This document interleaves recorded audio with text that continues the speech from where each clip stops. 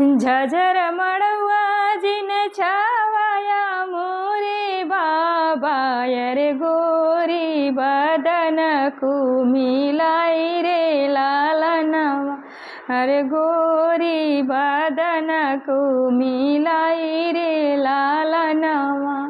कहतु तहे बेटी छात्र पीटवती अरे कहतु तंबूता नामाई रे लालनवा अरे कहतु तंबूता नामाई रे लालनवा काहे के ये बाबा तमुत काहे के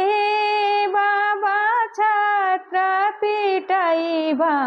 अरे काहे के तमुता नावई बारे लालनवा अरे काहे के तंबूता नावई बारे लालनवा आज की रतिया पापा तो हरे आंगनवा अरे बिहाने सजन घर लोग रे लालनवा अरे बिहाने सजन घर लोग रे लालनवा खोरा मन खुरवन बेटी दूधवा पियवली अरे साड़िया खियवलिया ना कुतरे लालनवा अरे दहिया खियवली साड़ीदार रे लालनवा एक हुने कुत नाही मनलू ये बेटी अरे चलेलू सजन घर लोग रे लालनवा अरे चलेलू सजन घर लोग रे लालनवा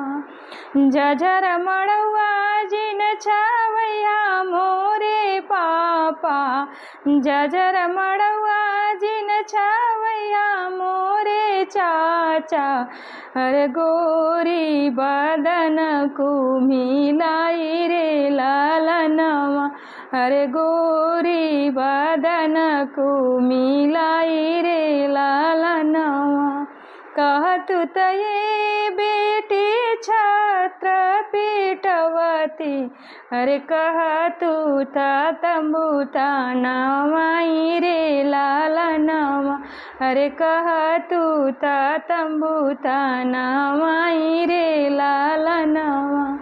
काहे के ये चाचा छात्र पिटाई बा